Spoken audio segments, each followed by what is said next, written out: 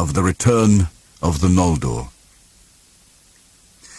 It has been told that Feanor and his sons came first of the exiles to Middle-earth, and landed in the waste of Lamoth, the great Echo, upon the outer shores of the Firth of Drengist.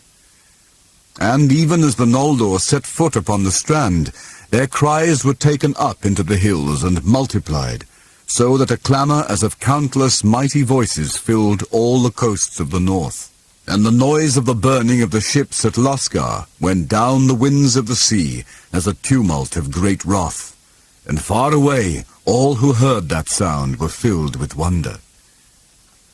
Now the flames of that burning were seen not only by Fingolfin, whom Feanor had deserted in Araman, but also by the orcs and the watchers of Morgoth. No tale has told what Morgoth thought in his heart at the tidings that Feanor, his bitterest foe, had brought a host out of the west. It may be that he feared him little, for he had as yet no proof of the swords of the Noldor, and soon it was seen that he purposed to drive them back into the sea. Under the cold stars before the rising of the moon, the host of Feanor went up the long firth of Drengist, that pierced the echoing hills of Ered Lomin, and passed thus from the shores into the great land of Hithlam. And they came at length to the long lake of Mithrim, and upon its northern shore made their encampment in that region that bore the same name. But the host of Morgoth, aroused by the tumult of Lamoth and the light of the burning at Losgar, came through the passes of Ered Wethrin, the mountains of shadow, and assailed Feanor on a sudden before his camp was full wrought or put in defence. And there on the grey fields of Mithrim was fought the second battle in the wars of Beleriand. Dagor Nuin Gileath it is named, the battle under stars, for the moon had not yet risen, and it is renowned in song.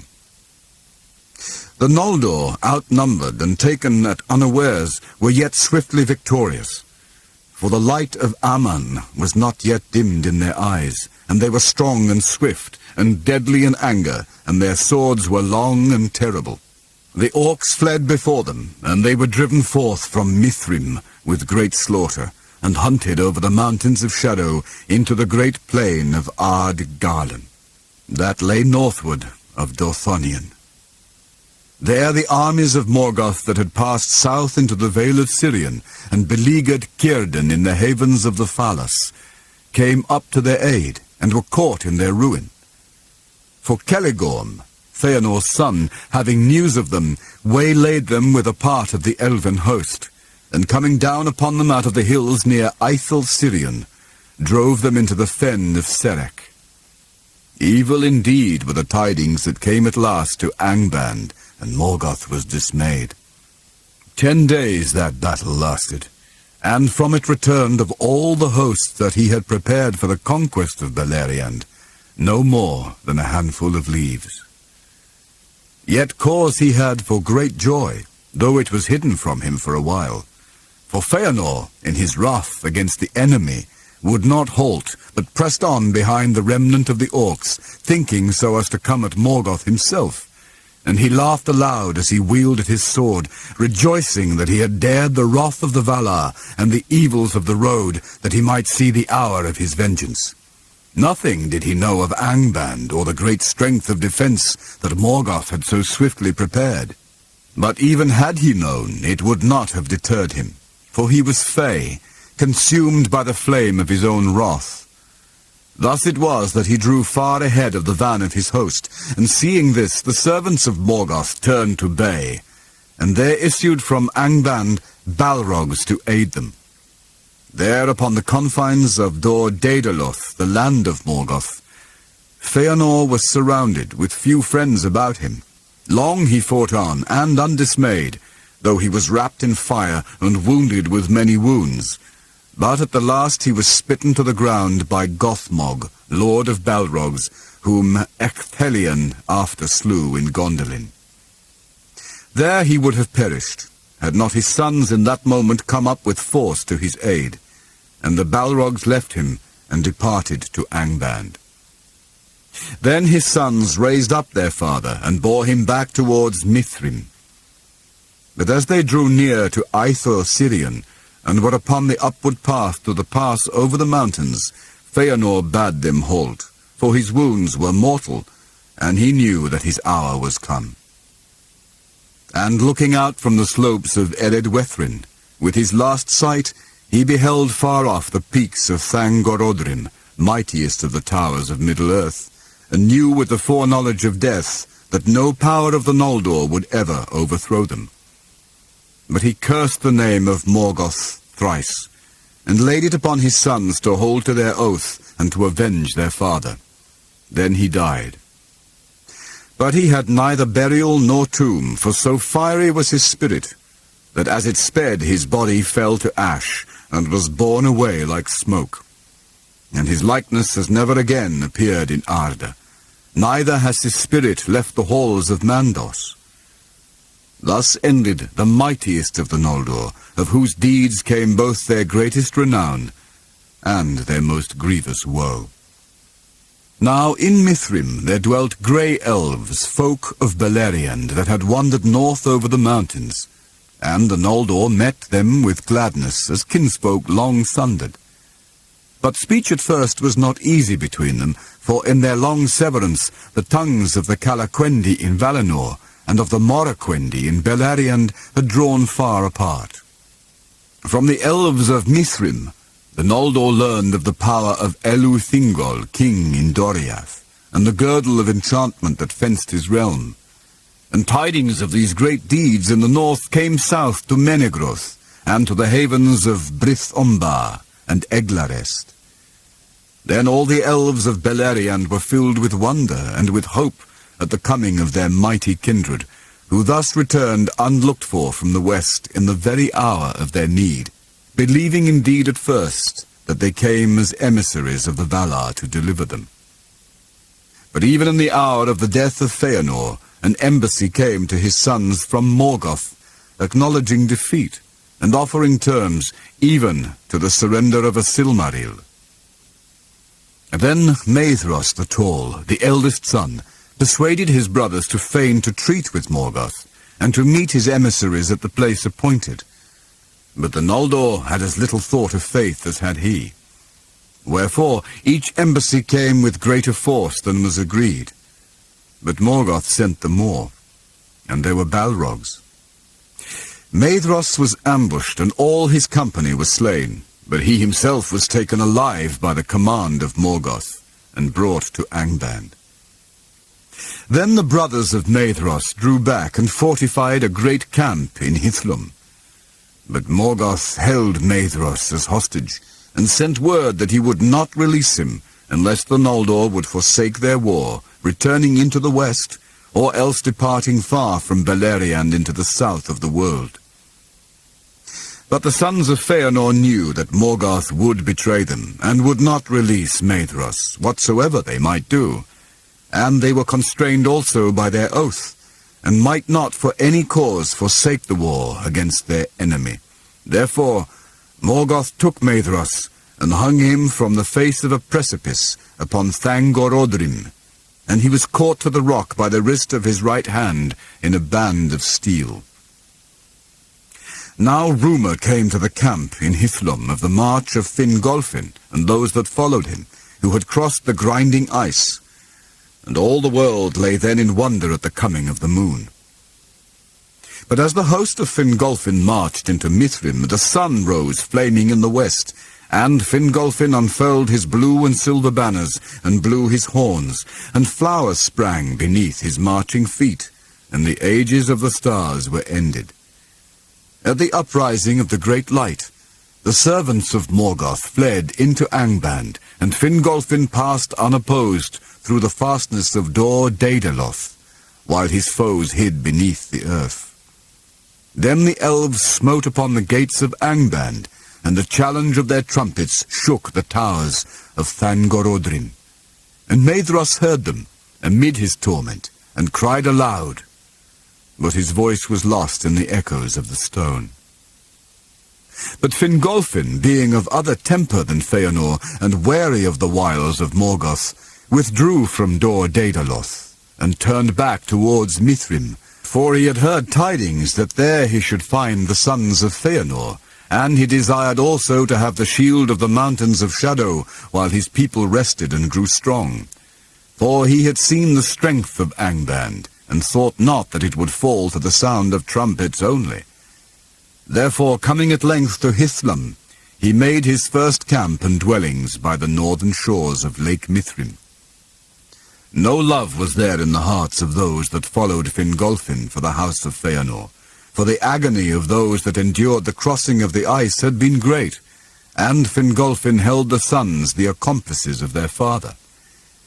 Then there was peril of strife between the hosts. But grievous as were their losses upon the road, the people of Fingolfin and of Finrod, son of Finarfin, were still more numerous than the followers of Feanor, and these now withdrew before them, and removed their dwelling to the southern shore. And the lake lay between them. Many of Feanor's people indeed repented of the burning at Losgar, and were filled with amazement at the valor that had brought the friends whom they had abandoned over the ice of the north. And they would have welcomed them, but they dared not for shame. Thus, because of the curse that lay upon them, the Noldor achieved nothing, while Morgoth hesitated, and the dread of light was new and strong upon the orcs. But Morgoth arose from thought, and seeing the division of his foes, he laughed. In the pits of Angband he caused vast smokes and vapours to be made, and they came forth from the reeking tops of the Iron Mountains, and afar off they could be seen in Mithrim, staining the bright airs in the first mornings of the world. A wind came out of the east and bore them over Hithlam, darkening the new sun, and they fell and coiled about the fields and hollows, and lay upon the waters of Mithrim, drear and poisonous. Then Fingon the Valiant, son of Fingolfin, resolved to heal the feud that divided the Noldor, before the enemy should be ready for war. For the earth trembled in the Northlands with the thunder of the forges of Morgoth underground. Long before, in the bliss of Valinor, before Melkor was unchained, or lies came between them, Fingon had been close in friendship with Maedhros. And though he knew not yet that Maedhros had not forgotten him at the burning of the ships, the thought of their ancient friendship stung his heart. Therefore he dared a deed which is justly renowned among the feats of the princes of the Noldor. Alone, and without the counsel of any, he set forth in search of Maedhros. And aided by the very darkness that Morgoth had made, he came unseen to the fastness of his foes. High upon the shoulders of Thangorodrim he climbed, and looked in despair upon the desolation of the land. But no passage or crevice could he find through which he might come within Morgoth's stronghold. Then, in defiance of the orcs, who cowered still in the dark vaults beneath the earth, he took his harp and sang a song of Valinor that the Noldor made of old, before strife was born among the sons of Finwë. And his voice rang in the mournful hollows that had never heard before aught save cries of fear and woe. Thus Fingon found what he sought, for suddenly above him far and faint his song was taken up, and the voice answering called to him. Maedhros it was that sang amid his torment. But Fingon climbed to the foot of the precipice where his kinsman hung, and then could go no further, and he wept when he saw the cruel device of Morgoth. Maedhros, therefore, being in anguish without hope, begged Fingon to shoot him with his bow. And Fingon strung an arrow and bent his bow, and seeing no better hope, he cried to Manwë, saying, "O king, to whom all birds are dear, speed now this feathered shaft, and recall some pity for the Noldor in their need." His prayer was answered swiftly. For Manwë, to whom all birds are dear, and to whom they bring news upon Taniquetil from Middle-earth, had sent forth the race of eagles, commanding them to dwell in the crags of the north, and to keep watch upon Morgoth. For Manwë still had pity for the exiled elves, and the eagles brought news of much that passed in those days to the sad ears of Manwë. Now, even as Fingon bent his bow, there flew down from the high airs Thorondor, king of eagles, mightiest of all birds that have ever been, whose outstretched wings spanned 30 fathoms. And staying Fingon's hand, he took him up and bore him to the face of the rock where Maedhros hung. But Fingon could not release the hell-wrought bond upon his wrist, nor sever it, nor draw it from the stone. Again, therefore, in his pain, Maedhros begged that he would slay him. But Fingon cut off his hand above the wrist, and Thorondor bore them back to Mithrin. There Maedhros in time was healed, for the fire of life was hot within him, and his strength was of the ancient world, such as those possessed who were nurtured in Valinor. His body recovered from his torment and became hale, but the shadow of his pain was in his heart, and he lived to wield his sword with left hand more deadly than his right had been. By this deed Fingon won great renown, and all the Noldor praised him, and the hatred between the houses of Fingolfin and Feanor was assuaged. For Maedhros begged forgiveness for the desertion in Araman, and he waived his claim to kingship over all the Noldor, saying to Fingolfin, "If there lay no grievance between us, Lord, still the kingship would rightly come to you, the eldest here of the house of Finwë, and not the least wise." But to this his brothers did not all in their hearts agree. Therefore, even as Mandos foretold, the house of Feanor were called the Dispossessed, because the overlordship passed from it, the elder, to the house of Fingolfin, both in Elendë and in Beleriand, and because also of the loss of the Silmarils. But the Noldor, being again united, set a watch upon the borders of Dor-Daedaloth, and Angband was beleaguered from west and south and east. And they sent forth messengers far and wide to explore the countries of Beleriand, and to treat with the people that dwelt there. Now King Thingol welcomed not with a full heart the coming of so many princes in might out of the west, eager for new realms. And he would not open his kingdom, nor remove its girdle of enchantment, for wise with the wisdom of Melian he trusted not that the restraint of Morgoth would endure. Alone of the princes of the Noldor, those of Finarfin's house were suffered to pass within the confines of Doriath, for they could claim close kinship with King Thingol himself, since their mother was Eowyn of Alqualonde, Olwe's daughter. Angrod, son of Finarfin, was the first of the exiles to come to Menegroth as messenger of his brother Finrod, and he spoke long with the king, telling him of the deeds of the Noldor in the north, and of their numbers, and of the ordering of their force. But being true and wise-hearted, and thinking all griefs now forgiven, he spoke no word concerning the kinslaying, nor of the manner of the exile of the Noldor, and the oath of Feanor. King Thingol hearkened to the words of Angrod, and ere he went he said to him, "Thus shall you speak for me to those that sent you. In Hithlum the Noldor have leave to dwell, and in the highlands of Dothonion, and in the lands east of Doriath that are empty and wild. But elsewhere there are many of my people, and I would not have them restrained of their freedom, still less ousted from their homes. Beware, therefore, how you princes of the west bear yourselves.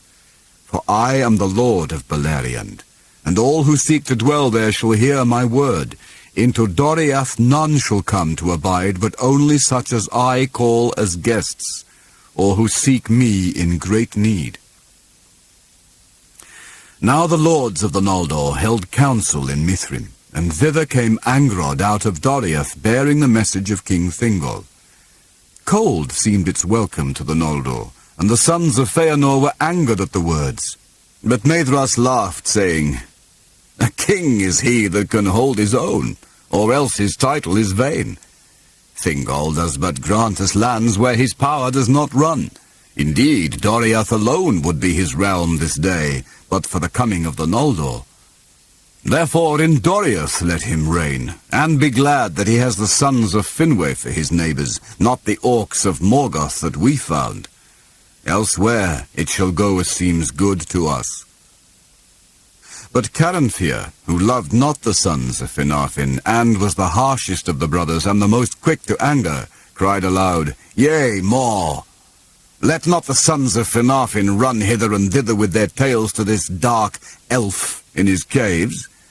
Who made them our spokesman to deal with him?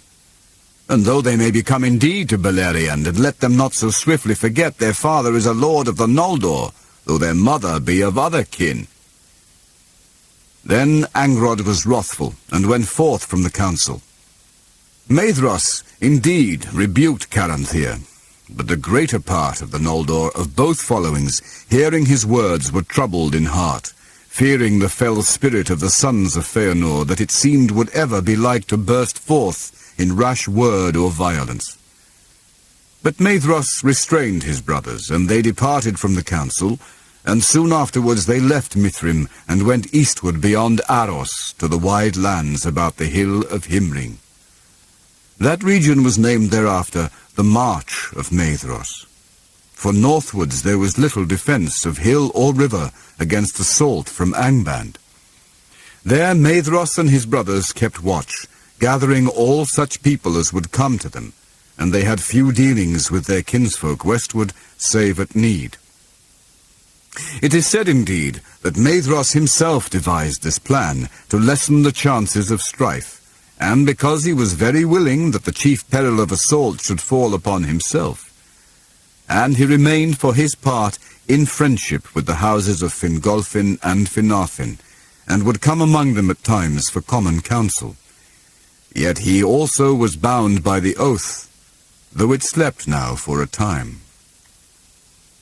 Now the people of Caranthir dwelt furthest east beyond the upper waters of Gelion, about Lake Helevorn under Mount Rerir, and to the southward.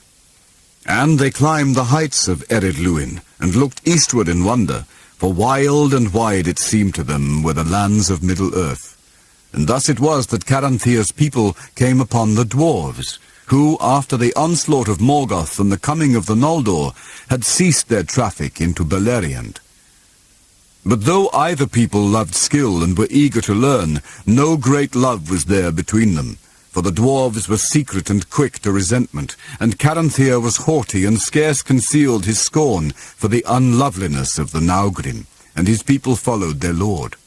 Nevertheless, since both peoples feared and hated Morgoth, they made alliance, and had of it great profit.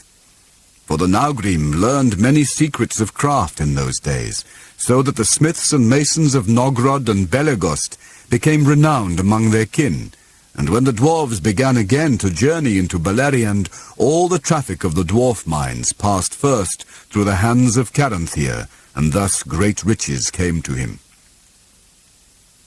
When 20 years of the sun had passed, Fingolfin, king of the Noldor, made a great feast. And it was held in the spring near to the pools of Ivrin, whence the swift river Narog rose. For there the lands were green and fair at the feet of the mountains of shadow that shielded them from the north. The joy of that feast was long remembered in later days of sorrow, and it was called Mereth Adathad, the feast of reuniting.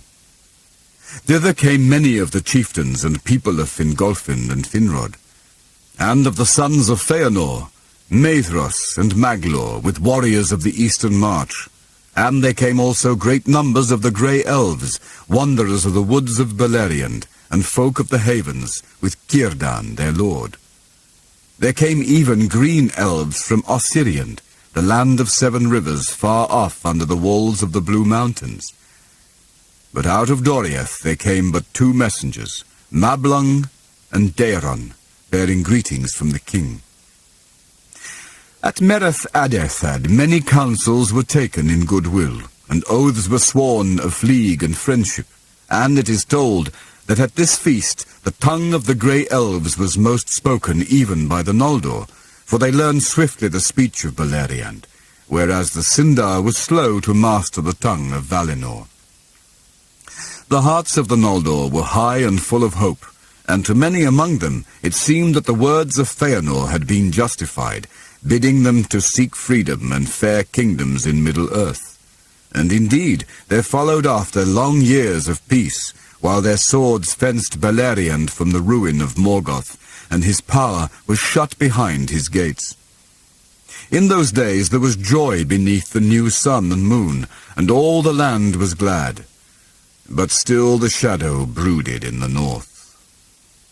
And when again 30 years had passed, Turgon, son of Fingolfin, left Nevrast where he dwelt, and sought out Finrod his friend upon the island of Tol Sirion, and they journeyed southward along the river, being weary for a while of the northern mountains.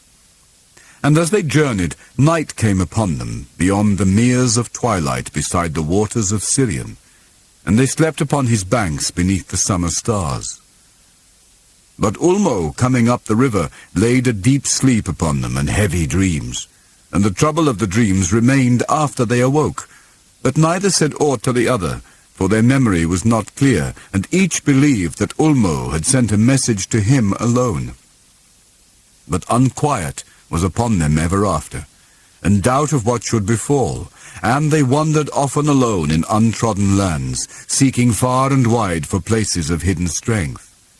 For it seemed to each that he was bidden to prepare for a day of evil, and to establish a retreat, lest Morgoth should burst from Angband and overthrow the armies of the north. Now on a time Finrod and Galadriel his sister were the guests of Thingol their kinsman in Doriath. Then Finrod was filled with wonder at the strength and majesty of Menegroth, its treasuries and armories and its many pillared halls of stone. And it came into his heart that he would build wide halls behind ever-guarded gates in some deep and secret place beneath the hills. Therefore he opened his heart to Thingol, telling him of his dreams.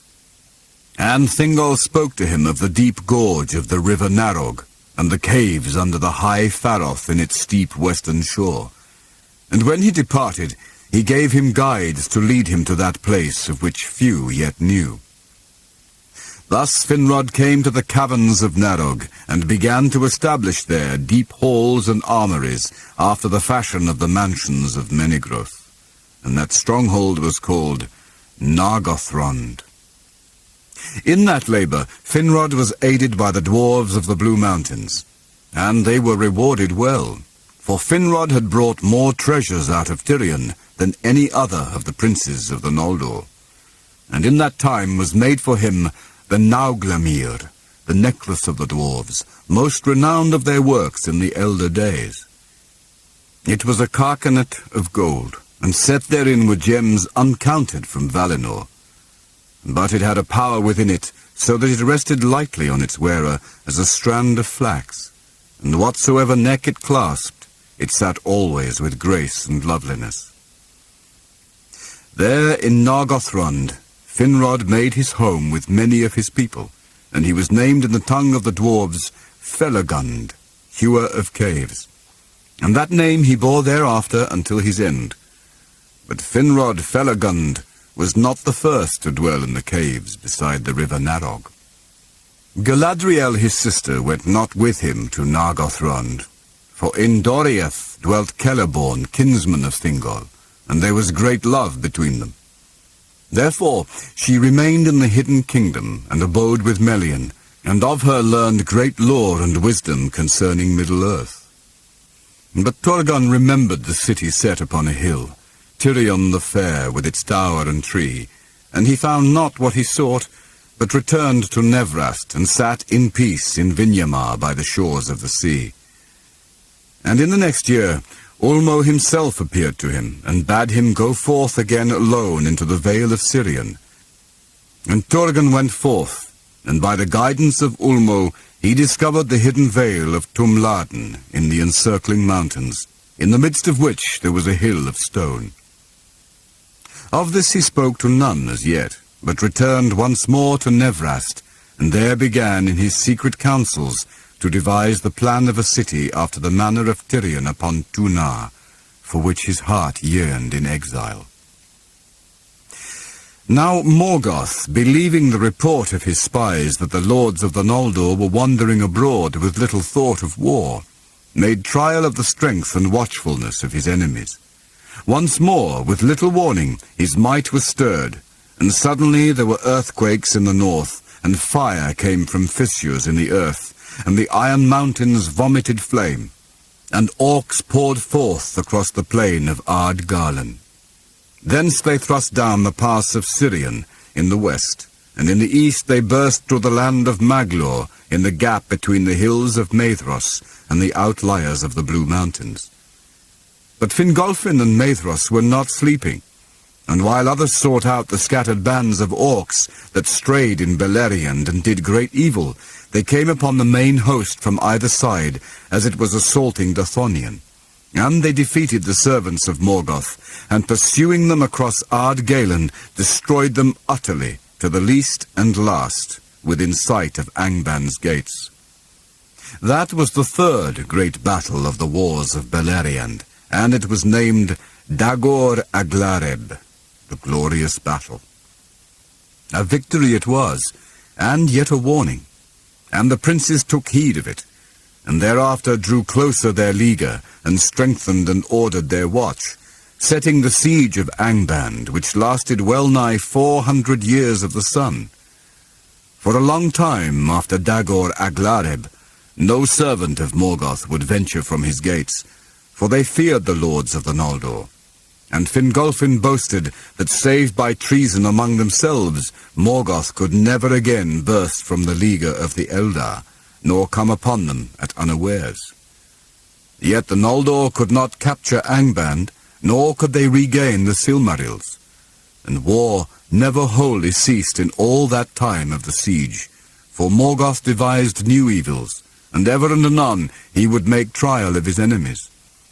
Nor could the stronghold of Morgoth be ever wholly encircled, for the iron mountains from whose great curving wall the towers of Thangorodrim were thrust forward defended it upon either side, and were impassable to the Noldor, because of their snow and ice. Thus in his rear, and to the north, Morgoth had no foes, and by that way his spies at times went out, and came by devious routes into Beleriand. And desiring above all to sow fear and disunion among the Eldar, he commanded the orcs to take alive any of them that they could, and bring them bound to Angband. And some he so daunted by the terror of his eyes, that they needed no chains more, but walked ever in fear of him, doing his will wherever they might be. Thus Morgoth learned much of all that had befallen since the rebellion of Feanor, and he rejoiced, seeing therein the seed of many dissensions among his foes. When nearly 100 years had run since the Dagor Aglareb, Morgoth endeavoured to take Fingolfin at unawares, for he knew of the vigilance of Maethros. And he sent forth an army into the white north, and they turned west and again south, and came down the coasts to the firth of Drengist, by the route that Fingolfin followed from the grinding ice. Thus they would enter into the realm of Hithlum from the west, but they were espied in time, and Fingon fell upon them among the hills at the head of the firth, and most of the orcs were driven into the sea. This was not reckoned among the great battles, for the orcs were not in great number, and only a part of the people of Hithlum fought there. But thereafter there was peace for many years, and no open assault from Angband. For Morgoth perceived now that the orcs unaided were no match for the Noldor, and he sought in his heart for new counsel. Again, after 100 years, Glaurung, the first of the Uruloki, the fire drakes of the north, issued from Angband's gates by night. He was yet young and scarce half grown, for long and slow is the life of the dragons, but the elves fled before him to Eredwethrin, and Dothonion in dismay. And he defiled the fields of Ard-Garlan.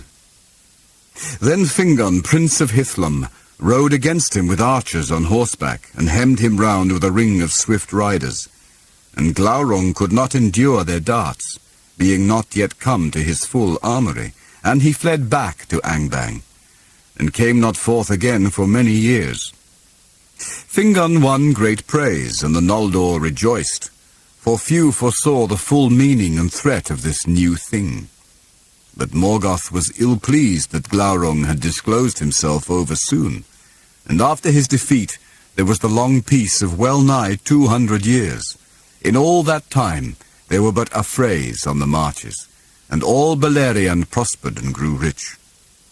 Behind the guard of their armies in the north, the Noldor built their dwellings and their towers, and many fair things they made in those days, and poems and histories and books of lore. In many parts of the land, the Noldor and the Sindar became welded into one people, and spoke the same tongue. Though this difference remained between them, the Noldor had the greater power of mind and body, and were the mightier warriors and sages, and they built with stone and loved the hill slopes and open lands. But the Sindar had the fairer voices, and were more skilled in music, save only Maglor, son of Feanor, and they loved the woods and the riversides. And some of the grey elves still wandered far and wide without settled abode, and they sang as they went.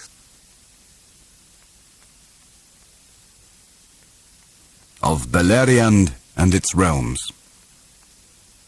This is the fashion of the lands into which the Noldor came, in the north of the western regions of Middle-earth, in the ancient days. And here also is told of the manner in which the chieftains of the Eldar held their lands and the leaguer upon Morgoth after the Dagor Aglareb, the third battle in the wars of Beleriand.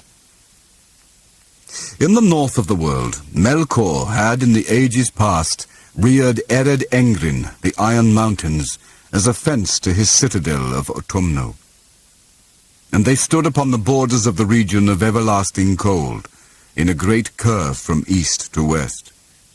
Behind the walls of Ered Engrin in the west, where they bent back northwards, Melkor built another fortress as a defence against assault that might come from Valinor.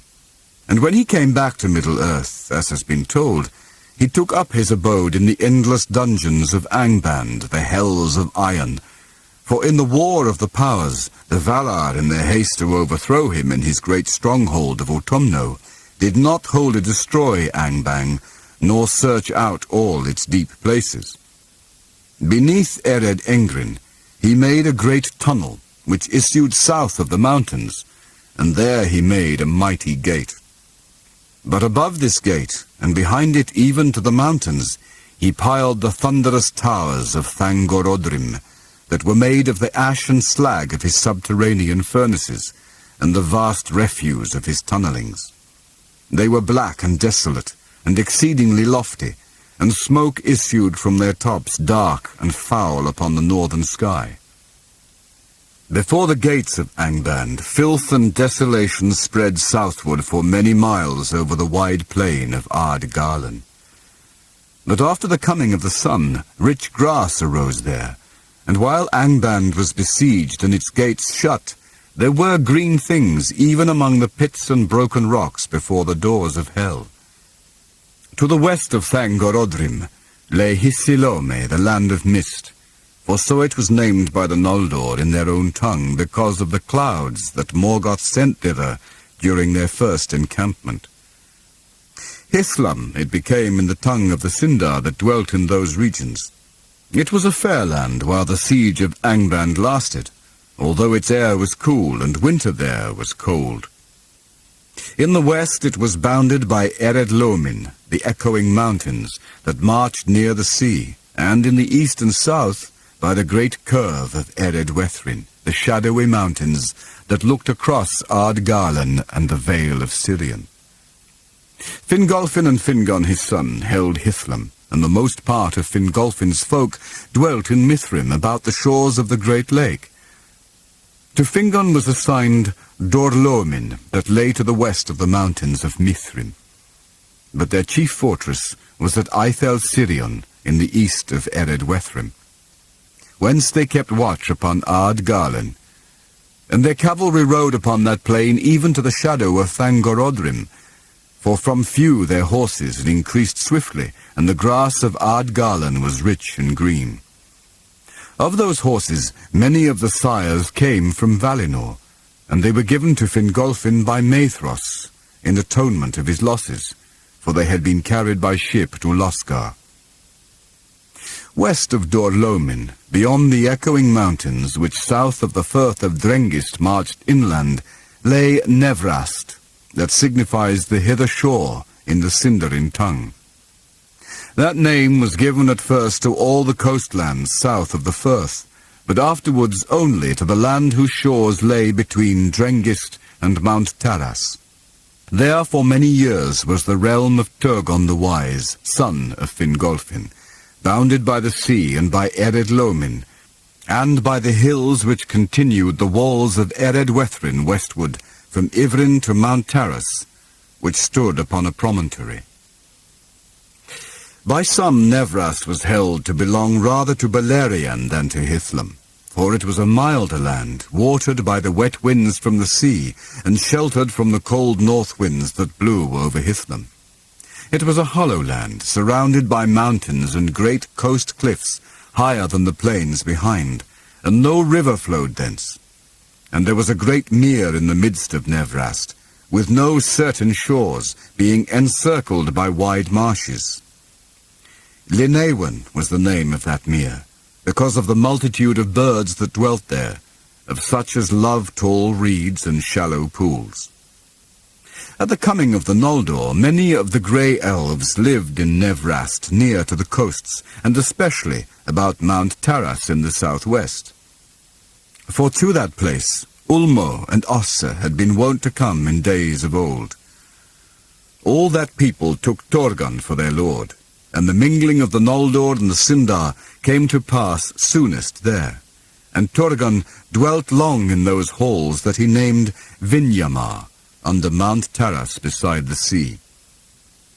South of Ardgalan, the great highland named Dorthonion stretched for 60 leagues from west to east. Great pine forests it bore, especially on its northern and western sides.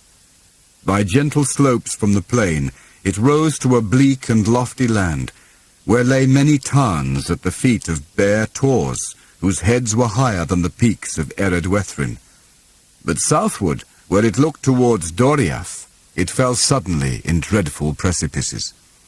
From the northern slopes of Dorthonion, Angrod and Aegnor, sons of Finarfin, looked out over the fields of Ardgalan, and were the vassals of their brother Finrod, lord of Nargothrond. Their people were few, for the land was barren, and the great highlands behind were deemed to be a bulwark that Morgoth would not likely seek to cross. Between Dorthonion and the shadowy mountains there was a narrow vale, whose sheer walls were clad with pines, but the vale itself was green, for the river Sirion flowed through it, hastening towards Beleriand. Finrod held the pass of Sirion, and upon the isle of Tol Sirion, in the midst of the river, he built a mighty watchtower, Minas Tirith. But after Nargothrond was made, he committed that fortress mostly to the keeping of Orodreth, his brother.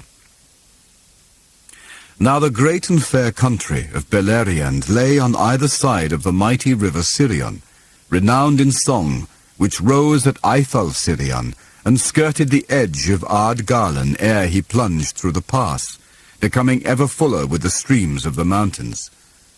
Thence he flowed south for 130 leagues, gathering the waters of many tributaries, until with a mighty flood he reached his many mouths and sandy delta in the Bay of Balar.